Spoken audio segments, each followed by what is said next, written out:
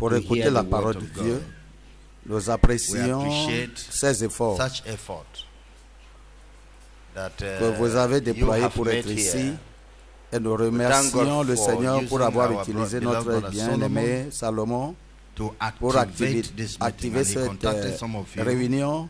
Et il vous a contacté tous pour que vous soyez ici. Louez le Seigneur. Je suis reconnaissant aussi. La Bible a dit que Dieu a créé toutes choses à travers sa parole.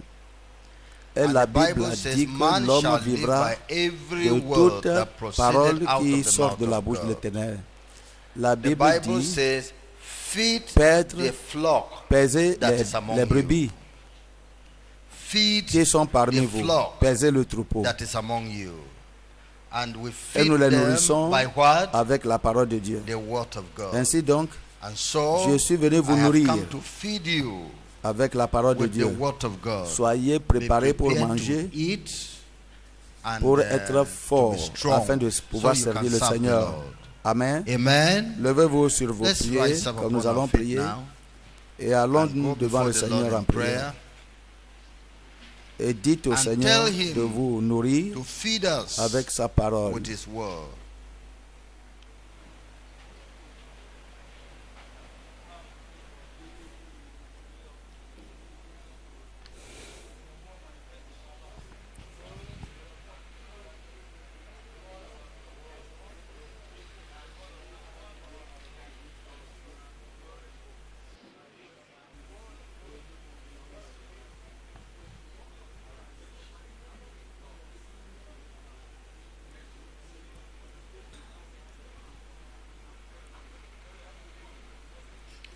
Au nom de Jésus, nous avons prié. Père divin, ta grâce nous a rassemblés ensemble. Merci pour tous ceux dont tu as ouvert les yeux pour te connaître, pour te servir et pour se jouir de toi et pour te prêcher aux autres. Merci, Papa, pour les avoir regroupés ici pour écouter ta parole. La Bible dit, donnez la connaissance à l'homme sage et il deviendra plus sage. Je demande que ces gens vont recevoir des instructions de toi-même et ils seront meilleurs pour te servir, pour faire la volonté de Dieu et qu'ils soient meilleurs dans leur église et dans l'association des frères. Seigneur, nous t'adorons. Et les autres qui sont ici, qui n'ont pas compris, je demande à ce que l'esprit de la connaissance les soit accordé, afin qu'eux aussi comprennent et soient en feu, et soient aussi dans la vision pour nous suivre. Nous te bénissons, Seigneur. Merci, Papa, pour le mouvement mondial du réveil de la sainteté que tu as suscité dans ce monde présent et que tu utilises pour te glorifier. Merci, Papa. Au nom de Jésus, nous avons prié. Amen.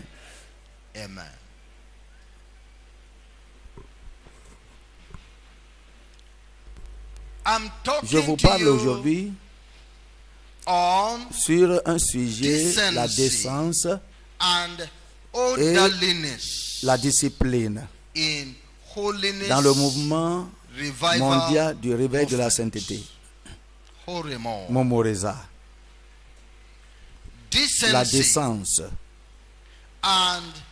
et la discipline dans le mouvement mondial du réveil de la sainteté. Momoreza. Ce que je suis venu vous dire, c'est ce que le Seigneur m'a donné la grâce à faire depuis que je suis ici. Comme je suis venu voir votre manière de s'asseoir, j'ai vu que tout est désordonné. Il n'y a pas d'ordre, il n'y a pas de discipline, il n'y a pas de décence dans la manière dont vous avez arrangé les chaises. Et ce que nous aimerons que les gens voient concernant cette réunion, C'est pourquoi nous devons d'abord réorganiser les choses, mettre les chaises en place, en bonne position, et nous allons replacer le pupitre, le ventilateur qui est en train de faire de grands bruits. Nous allons ramener ça à la partie antérieure. Comprenez-vous ce que nous disons? Et puis nous allons amener l'autre qui ne fait pas de bruit. Et puis l'écran qui était ici avant a été enlevé et on l'a amené quelque part pour que toute chose soit réarrangée. Et comme vous vous asseyez, vous vous asseyez proprement, convenablement. Et les gens qui sont dehors, au moment que nous avons des chaises vides dedans, nous les avons appelés pour venir remplir dedans. C'est au moment que la salle sera complètement remplie que les autres pourraient chercher de place dehors. Si quelqu'un nous voit de loin dans le caméra, sur la média, alors il va voir un peuple bien ordonné. Un peuple bien ordonné. Il va voir la décence. Quoique l'endroit est un peu rétréci, mais quand même ils vont apercevoir l'ordre et la décence. Voyons 1 Corinthiens.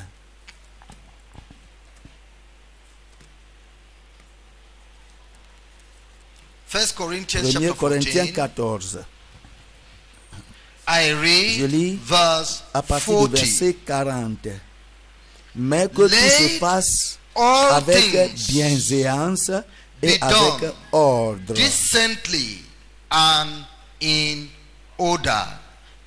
Lisons ça ensemble. Verset 40. Mais que tout se fasse avec bienséance et avec ordre.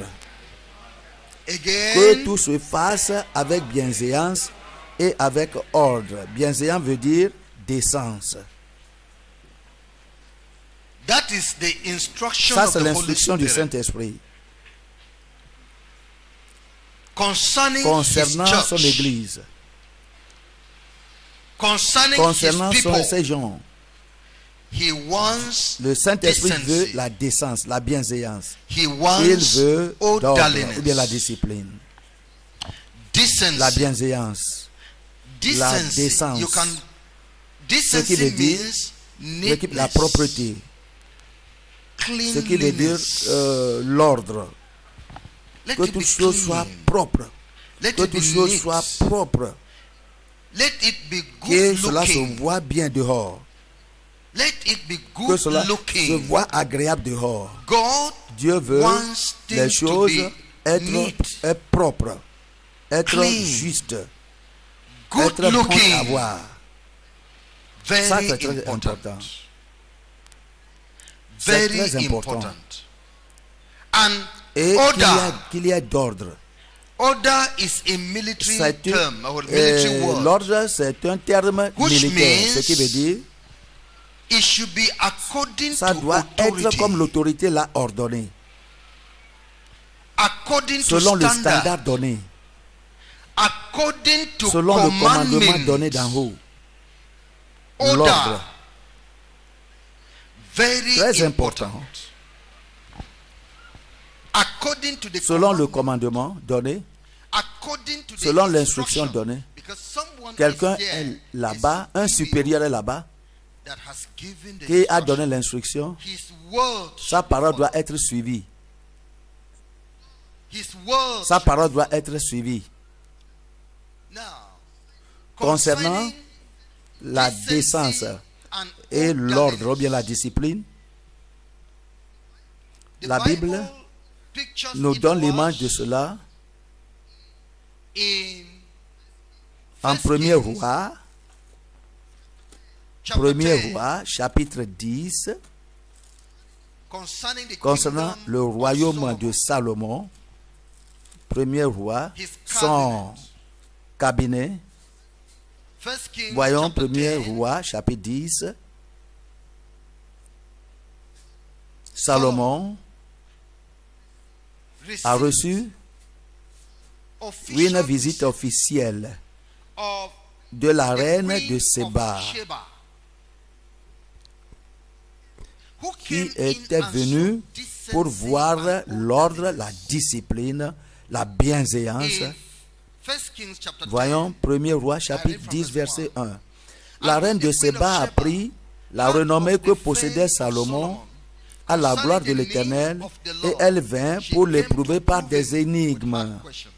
Elle arriva à Jérusalem avec une suite fort nombreuse et avec des chameaux portant des aromates, de l'or en très grande quantité et des pierres précieuses.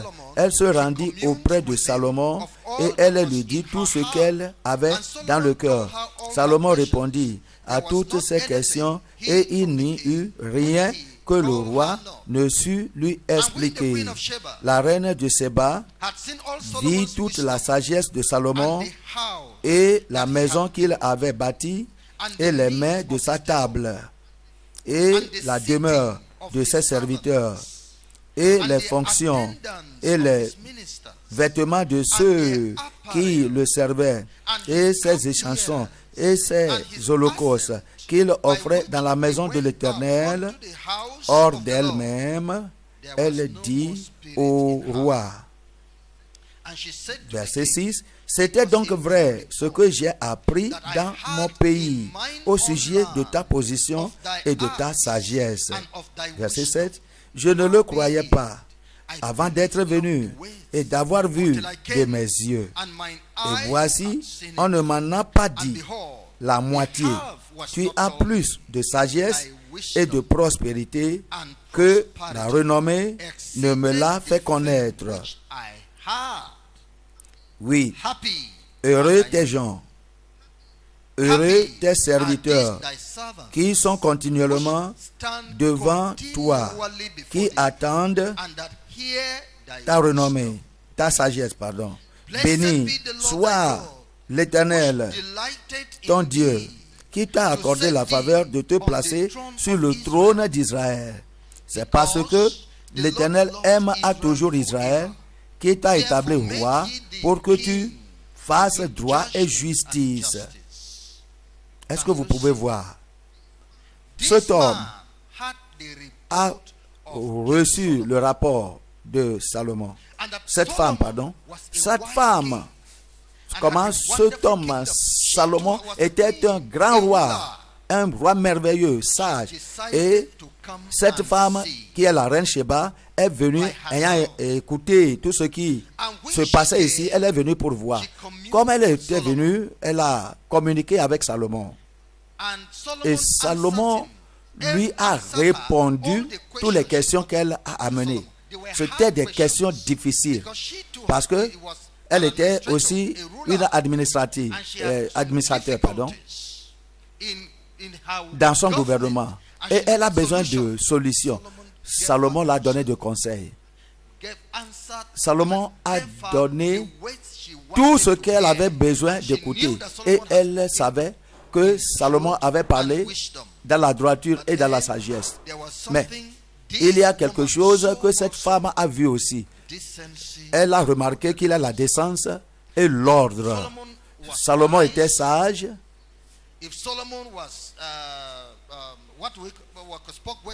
Si Salomon était sage, mais n'a pas vu la décence et l'ordre dans son royaume, dans le gouvernement de Salomon, ce qui veut dire que le respect qu'elle donnerait à Salomon ne sera pas assez grand.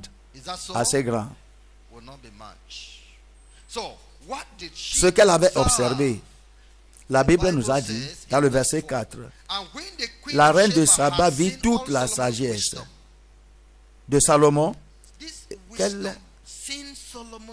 la sagesse de Salomon. La sagesse dans les choses matérielles, dans les choses physiques, les choses qu'on peut voir, sa sagesse a été manifestée en œuvre et en organisation. Ce qu'elle avait vu, c'est ce que Salomon a fait. La démonstration de la sagesse de Salomon, l'organisation des gens qui étaient sous Salomon. Quelles étaient ces choses?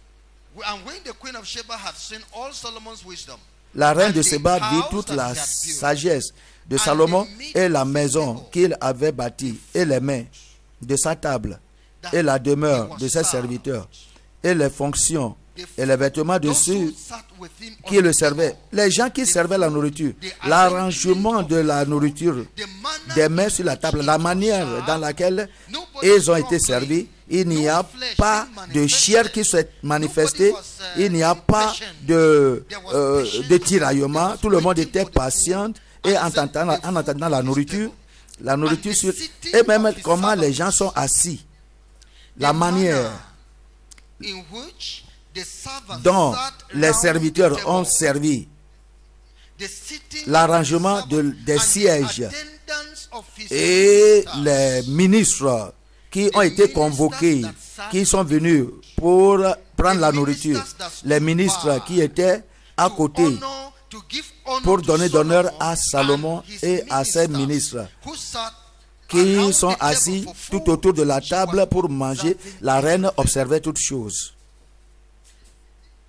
Leur arrangement de siège, leurs vêtements, ils n'ont pas, d'une manière insouciante, ils n'ont pas mettre quelque chose de... Ils n'ont pas les ministres qui ont coiffé leurs cheveux comme des enfants sur la route. Ils n'ont pas la manière dont les gens s'asseyent dans l'église aujourd'hui. La reine a observé toutes choses. Elle l'a remarqué et admiré leur manière d'habillement. Toutes choses qui étaient là, elle a observé tout. Elle a vérifié leur manière de s'habiller. Et même les chansons, ceux qui servent des boissons, la manière dont ils se sont vêtus et leur manière de servir à tout le monde. Le visage qu'ils se vêtaient avant de leur apparence physique, le message que leur face, leur visage communique. Toutes ces choses-là, la reine de Sheba observait toutes choses. Elle observait toutes choses. Et puis, on nous a dit, et les essentiels et les holocaustes qu'il offrait dans la maison de l'Éternel. Si Salomon va au temple, comment il marche? Les gens qui l'accompagnent, la manière, la décence, peut-être il chantait une chanson en allant au temple. La manière dont il adorait le Seigneur, toute la manière dont l'adoration était vraiment donnée par Salomon et les gens qui l'accompagnaient. La reine de Sheba observait, admirait toutes choses. Et la Bible nous a dit, verset 6, hors d'elle-même. Hors d'elle-même. C'est quelque chose de merveilleux. Cette sagesse est vraiment étranger sur la terre. Ce n'est rien que Dieu l'a donné. Vous allez noter que la reine de Sheba quittait des distances pour venir, pour essayer éprouver Salomon. Cette femme était une femme exploratrice qui pourrait partir de lieu en lieu, des kilomètres pour étudier, pour apprendre et voir ce que les autres ont à donner. Elle était une telle personne, Ce qui veut dire qu'elle a visité beaucoup d'endroits avant. Et puis elle a observé les choses qui s'en vont dans d'autres royaumes. Elle a vu l'arrangement des choses dans leur gouvernement, leur manière de faire dans ces gouvernements, la manière dont les gouvernants alors faisaient dans leur royaume. Elle est venue ici, ce qu'elle a vu est totalement étrange à elle. Et la Bible a dit hors d'elle-même. Elle dit au roi. C'était donc vrai. Ce que j'ai appris dans mon pays au sujet de ta position et de ta sagesse. J'ai écouté cela. Elle a dit, comment moi je ne croyais pas. Elle a dit, verset 7, je ne le croyais pas avant d'être venu et d'avoir vu de mes yeux, et voici, on ne m'en a dit la moitié. Tu as plus de sagesse et de prospérité que ta renommée ne me l'a fait connaître. Pouvez-vous voir? Que disons-nous? Comme Dieu a promu Salomon, le royaume de Salomon, la sagesse de Salomon, Dieu l'a promis de telle manière que tout est allé jusqu'au bout du monde, jusqu'au point que les gens venaient pour examiner réellement s'il y a quelque chose de sorte sur cette terre. Dieu a, de même manière, Dieu a décidé à promouvoir le mouvement mondial du réveil de la sainteté et pour répandre ça dans le monde entier. Les gens écoutent. Et comme ils écoutaient, alors ils viennent pour venir voir si exactement ce qu'ils avaient écouté. N'importe quel endroit qu'ils ont entendu parler du mouvement mondial du réveil de la sainteté, ils vont dire, ok, j'ai entendu parler de ce mouvement. J'ai entendu parler de leur sincérité. Nous allons aller voir, parce que dans notre monde aujourd'hui, j'ai entendu que leurs prédicateurs sont des vrais prédicateurs. J'ai entendu que tous ces jeux-là que les prédicateurs sont en train de faire sur le pupitre, leurs prédicateurs ne font pas ça. J'ai entendu comment les femmes s'habillent. Leurs femmes, et ils ont enlevé les bijoux, les maquillages, les choses, les cheveux artificiels. Et ils ont tout, et elles sont naturelles, pardon. Mais est-ce que nous pouvons trouver des gens pareils dans ce monde? Je vais voir moi-même de mes propres yeux et écoutez. Voici la reine de Sheba qui est venue s'asseoir à côté de toi, admirant tout ce qui s'en va dans ton royaume et dans ton organisation, et se posant la question. Et puis elle observait tout ce qui s'en va là-bas pour voir ce que tu es en train de faire, pour comprendre si, comme on l'a dit, on disait que c'est ici que les gens viennent pour prendre l'eau de vie. J'ai entendu dire que c'est ici que les gens viennent pour être transformés miraculeusement. Je veux vraiment voir moi-même. Ainsi, la reine de Sheba, elle est venue du bout du monde avec beaucoup d'autres rois sont venus à Salomon. Et ils sont venus chez vous aujourd'hui pour observer et voir si ces choses-là sont correctes ou pas. C'est pourquoi la décence et la discipline sont importantes. Ici, il n'y a pas de Salomon ici, mais il y a Jésus ici. Parce que ce ministère n'appartient pas à un homme, mais il appartient à qui? À Jésus. Ils veulent venir voir si vraiment Jésus a fait une nouvelle chose dans le monde. Comment est-il que ce ministère est dirigé par le Seigneur Jésus lui-même? Par quelle manière il est différent d'autres ministères? Ils sont venus pour observer. C'est pourquoi Jésus a dit que toutes choses soient faites avec bienséance et avec ordre. De manière que si ces gens-là viennent pour voir, si ces gens-là sont venus pour recevoir,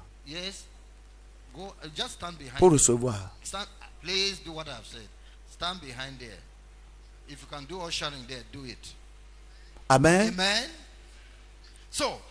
Que les gens viennent voir, qu'ils viennent voir votre caractère, qu'ils viennent voir votre comportement, qu'ils viennent voir les dirigeants et voir Jésus dans leur vie. Regardez les dirigeants, qu'ils viennent voir les prédicateurs, qu'ils viennent voir les gens qui chantent, qu'ils viennent voir les gens qui jouent la musique, les huissiers ou bien les gens qui dirigent, qu'ils voient Jésus en eux, qu'ils voient des conduites merveilleuses dans leur vie, la paix et l'unité parmi eux, qu'ils ne viennent pas voir des querelles, qu'ils ne viennent pas voir les gens qui critiquent leurs dirigeants, qu'ils ne voient pas cela, les gens qui se critiquent eux-mêmes, parce que cela montrerait que ce qu'on disait d'eux est un mensonge. Tu peux comprendre ceci, la décence et l'ordre dans le mouvement mondial du réveil de la sainteté. La Bible dit, marchez dignement de l'appel que vous avez reçu. Marchez dignement a la vocation, si tu es dirigeant, qu'il voit réellement que tu es le dirigeant du peuple de Dieu. Si tu es ministre dans le mouvement mondial de réveil de la sainteté, qu'il voit comme il t'observe, il te regarde, que les caméras prennent votre photo et qu'ils voient cela sur les médias, dans le monde, sur l'internet, que les gens ne parlent pas mal de nous. Que ces gens-là ont laissé les caméras pour venir voir réellement votre vie, qu'ils ne trouvent rien de mal en vous, qu'ils trouvent que toute chose est faite décemment et d'une manière ordonnée, dans notre adoration, dans notre chanson, dans la manière dont nous prions, dans la manière dont nous prêchons, dans la manière dont nous enseignons, dans la manière dont nous faisons des annonces, dans la manière dont nous faisons l'annonce, dans notre instruction, qu'ils voient la décence, la bienséance et l'ordre, la discipline. Et comme si ceci a été fait, il faut voir les remarques de la reine de Sheba, verset 9. Béni soit l'Éternel. Cette vie ordonnée donne la gloire à Dieu. Ça fait que les gens reconnaissent Dieu. Ça fait que les gens le connaissent de plus. Ça attire les gens à Dieu. Si vous êtes ordonné, si vous êtes bien assis et que vous faites choses normalement, on dira de vous, béni soit l'Éternel, ton Dieu. Ma frère et sœur, bénis soient, heureux sont ceux qui font la paix, parce que ils seront appelés les enfants de Dieu. Contribuer à la paix de ce lieu. Contribuer à l'ordre de ce lieu, de ce mouvement, de cette église de Christ. Contribuer. Faites ton mieux. Tu es un fils Seigneur dans ce chapitre, dans cette unité. Tu es une femme, ou bien une sœur Seigneur. Assure-toi que tu observes la décence. La décence est la justice que Dieu désire. La sainteté que Dieu commande doit être vue en vous. Faites ton mieux. Que ça soit un sujet de votre prière chaque fois. Que ça soit ce sur lequel vous focalisez pour que le Seigneur soit glorifié et que beaucoup de gens viennent pour observer ce que vous faites. Il faut éteindre le feu avant qu'il ne commence à brûler les gens. Éteins le feu. Éteins ces criticismes. Éteins ces murmures. Éteins cette animosité. Éteins ce désaccord entre deux personnes avant que ça n'introduise les ténèbres dans l'assemblée de Dieu et que les gens commencent à blasphémer le nom de Dieu. Il a dit, béni soit l'Éternel ton Dieu qui t'a accordé la faveur de te placer sur le trône d'Israël. Est-ce que vous pouvez voir?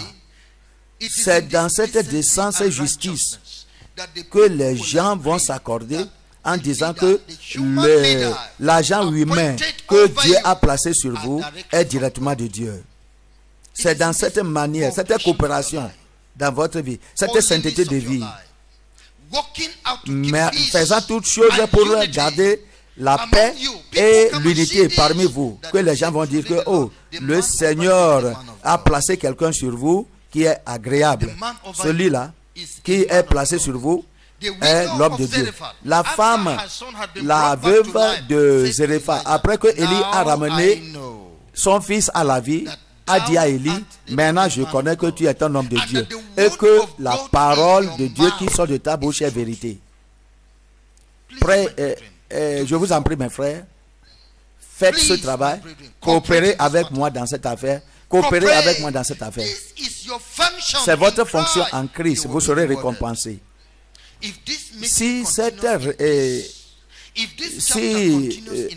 réunion, cette assemblée continue dans la paix et ce travail progresse à cause de c'est-à-dire à cause de tes faits, ce qui veut dire que tu seras béni. Bénis soient les gens qui ont la foi en Dieu parce qu'ils seront bénis. La Bible dit, béni soit l'Éternel ton Dieu qui t'a accordé la faveur de te placer sur le trône d'Israël. C'est parce que l'Éternel aime à toujours Israël. Il t'a établi roi pour que tu fasses droit et justice. Les gens vont dire, s'ils voient la justice et la droiture, la décence parmi le peuple, dans notre apparence, dans nos activités, ils voient la vérité dans la manière dont nous nous habillons, l'amour dans notre relation, dans notre contact, alors ils diront, le Seigneur a un plan pour ce travail, pour le salut de ce monde. C'est la raison pour laquelle il a suscité le mouvement mondial de réveil de la sainteté, pour amener les gens à la vérité, à la justice et à la sainteté, la bienséance et l'ordre. Que le Seigneur nous accorde cette grâce au nom de Jésus.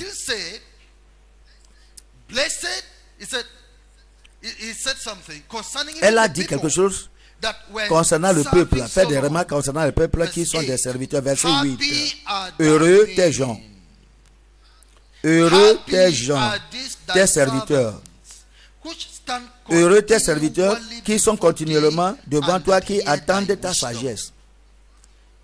Tu veux avoir de moi l'honneur dans ce travail, montre à ces gens qui sont sous toi la soumission que tu as à toi.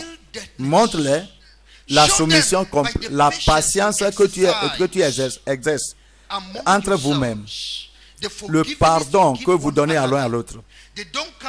Ils ne viennent pas voir, ils ne viennent pas voir pour voir une tension entre les membres, l'engagement. Et puis, ils vont dire que vous êtes des gens heureux, vous êtes des gens bénis dans ce mouvement. Ils vont dire que vous avez un message au monde. Ils vont dire que votre nom est dans le livre de la vie. Maintenant, retournons à ce que nous disons. 1 Corinthiens 14. 1 Corinthiens 14. Verset 40. 1 Corinthiens 14, verset 40. On va lire ça ensemble. 1, 2, 3, allons. Mais que tout se fasse avec bienséance et avec ordre. Que tout se fasse avec bienséance et avec ordre. Maintenant, pour que la bienséance et l'ordre soient pratiques, ou bien la décence et la discipline soient pratiques. Les choses que je vais énumérer sont très essentielles. Numéro 1, acquisition de la connaissance. Acquisition de la connaissance.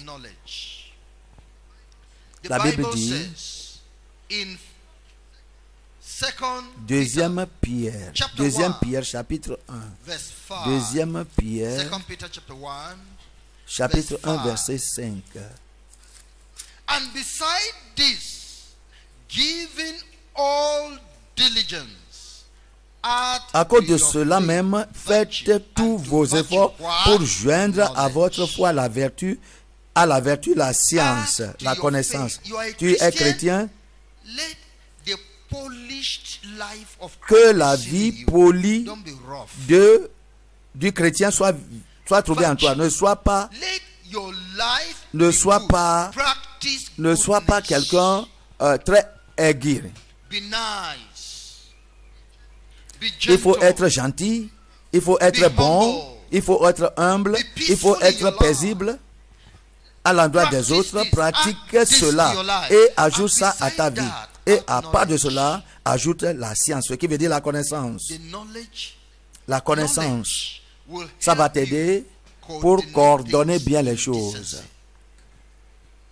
La connaissance, tu peux avoir la science et tu peux organiser. Exactement. Est-ce que c'est vrai? Comment est-ce que vous organisez les choses? Acceptez que vous avez beaucoup de choses que vous rassemblez ensemble. Comment est-ce que vous organisez quelqu'un dans une ligne, dans une queue? Une personne ne peut pas avoir une queue. C'est 2, 3 personnes, 4 personnes qui ont une queue. Une ligne. Voyez comment Jésus l'a fait. Il avait des milliers de gens pour les nourrir avec 5 pains et 2 poissons. Comment ceci a été possible? Il a organisé. Qu'ils s'asseyent dans un groupe de 50. Ça, c'est la connaissance. Si tu as la connaissance, tu seras capable d'organiser. Parce que tu connais ceci, tu connais cela, tu connais ceci. Tu peux envoyer, tu peux les amener ensemble et les mettre en ordre. Donc, acquis la sagesse. Peut-être en lisant, il faut lire beaucoup. Peut-être en faisant des recherches, il faut faire beaucoup de recherches. Par quel moyen tu peux avoir la connaissance? Ce qui veut dire que si tu arrives à un lieu, le roi de Sheba était dans le palais de Salomon, et non pas pour le plaisir ou bien pour se réjouir, mais elle est venue pour étudier ce qui s'en va là-bas. La manière, elle observait la manière dont Salomon allait au temple, comment la nourriture est servie, comment on s'assied ici, comment on s'habille, les habillements des gens, la manière dont elle observait tout ça. Donc il faut apprendre, il faut s'efforcer à apprendre. Et puis, ajoute la connaissance. Il y a la bienséance. Ça doit être achevé par l'observation des dirigeants de la foi. Vous venez devant les dirigeants de la foi, remarquez le travail qu'ils sont en train de faire. En venant au quartier général, au siège, remarquez ce qu'on fait là-bas. Un dirigeant te visite. Peut-être il est en train de prêcher, étudier tout ce qu'il fait. Tu vas acquérir la sagesse. C'est notre pasteur ici. Il a dit, ma vie avant ce temps est vraiment en désordre. J'étais en désordonné. Maintenant, étant venu auprès du directeur international, j'ai commencé à observer sa vie pour écouter sa parole, pour voir quelles sont les actions qu'il prend, voir comment il s'assied, la composition de sa vie. Je regardais tout et j'ai gagné. J'ai eu la sagesse par observation. Et j'ai appliqué ceci dans ma vie, dans mon ministère. Et j'ai vu que ça travaille pour moi. Il faut observer. Regardez ce que la Bible dit en Hébreu. Hébreu 13, 7. Hébreu 13, verset 7. Souvenez-vous de vos conducteurs qui vous ont annoncé la parole de Dieu.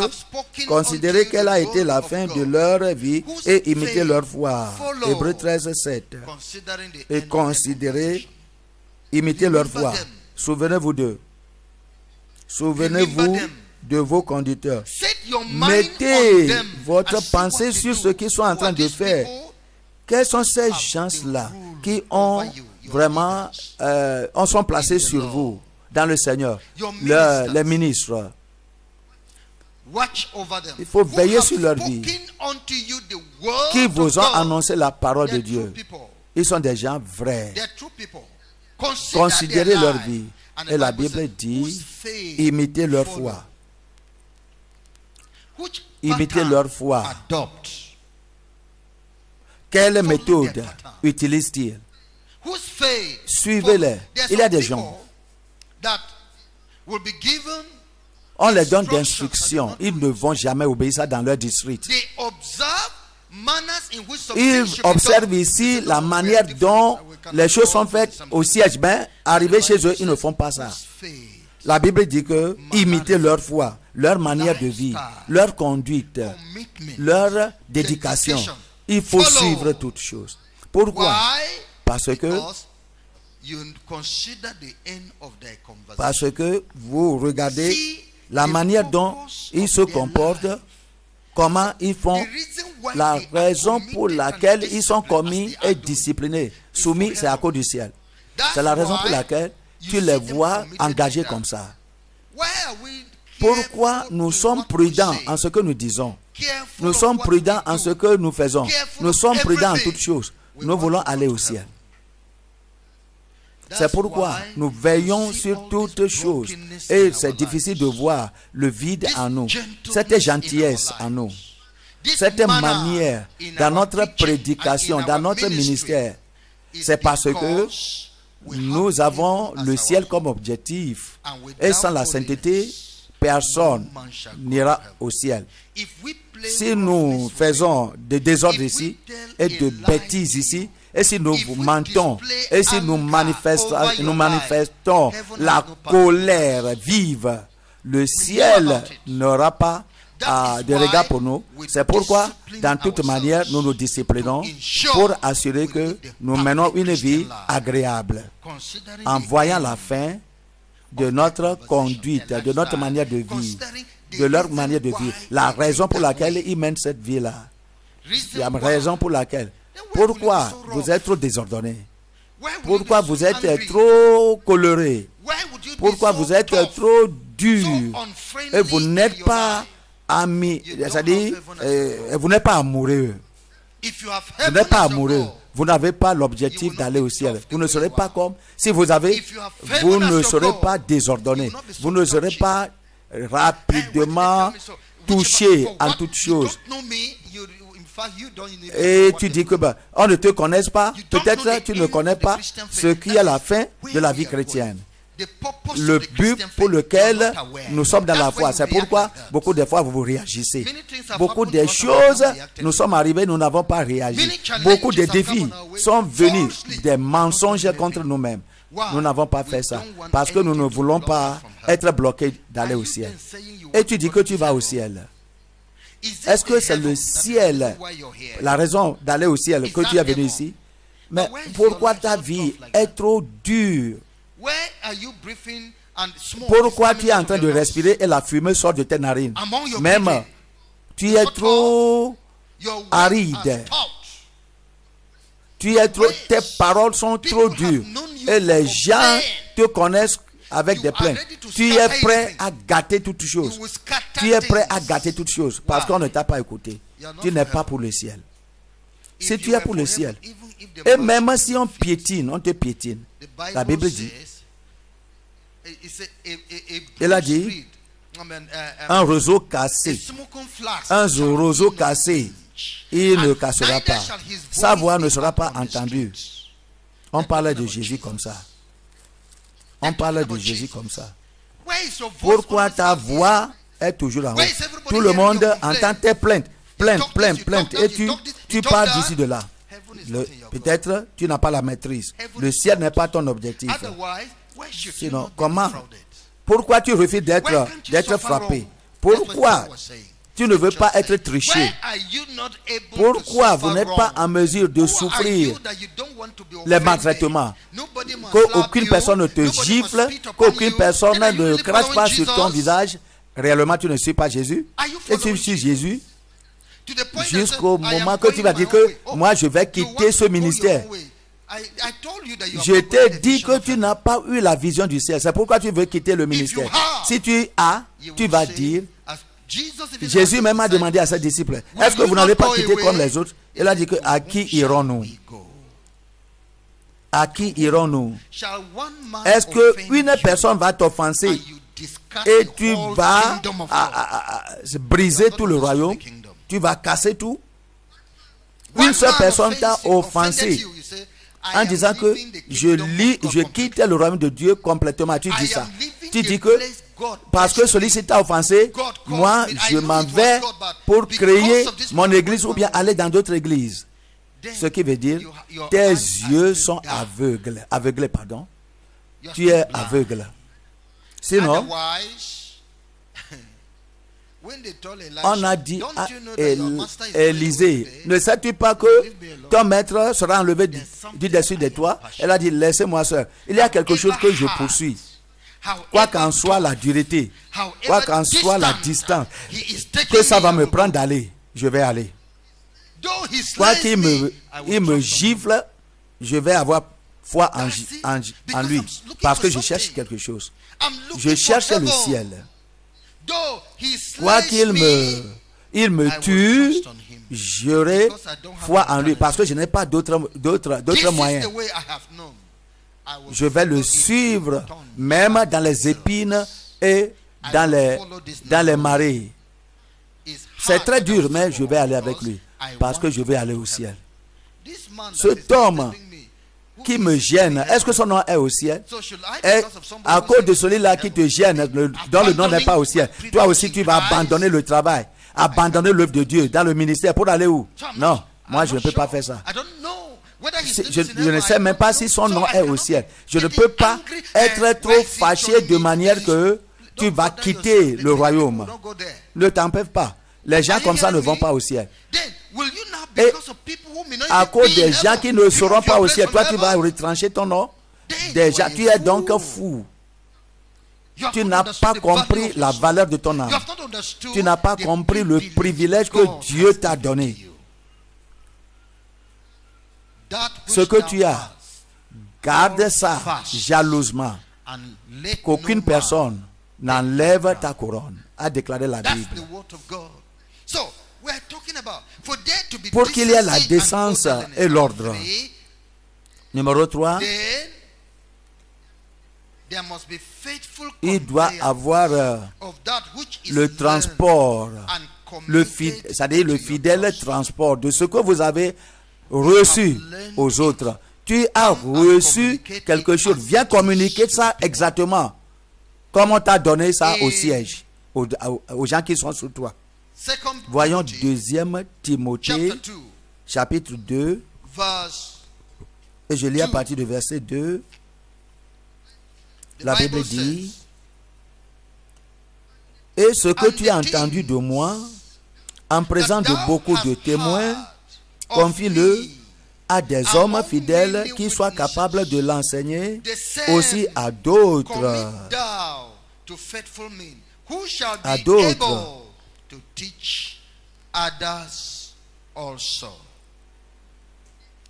Les choses qu'on t'a enseignées ici, au siège, va dans ton district, va dans ton chapitre et communique ça. Les messages que tu as reçus, passe ça comme ça aux autres. Beaucoup de vous, vous n'écoutez même pas les messages que Dieu nous a donné la grâce pour prêcher ici. Vous ne lisez pas les livres. Vous pensez que vous avez trop connu. Vous pensez que vous avez trop connu les livres. Je devais être en Sud-Afrique aujourd'hui, prêchant aujourd'hui. Mais j'ai des problèmes avec le visa. On est en train. Donc, on a avancé le programme. Mais le programme a eu lieu toujours là-bas, en Sud-Afrique.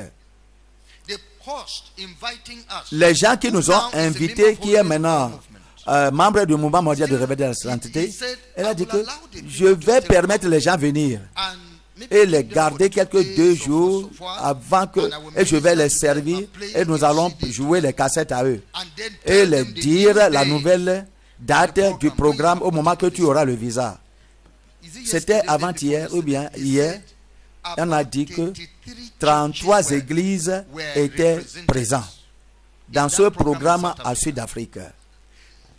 Mais depuis qu'il écoutait le message chaque jour, il écoutait le message du pasteur chaque jour, l'enseignement de la parole, et il a pris l'un ou bien 2 cassettes qu'il a lui-même appris et prêché à la conférence. Il a dit que viens voir beaucoup de pasteurs qui sont capitulés en se repentant.